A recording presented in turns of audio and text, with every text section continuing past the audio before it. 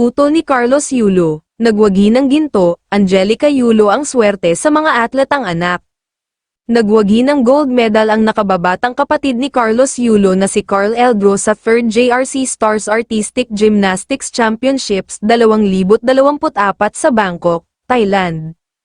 Nanguna si Carl Eldro sa Men's Artistic Gymnastics Junior Individual All-Around event, bukod sa ginto, nasungkit rin ng team ni Carl Eldro, ang mag-junior team ng Gymnastics Association of the Philippines, ang silver para sa team event.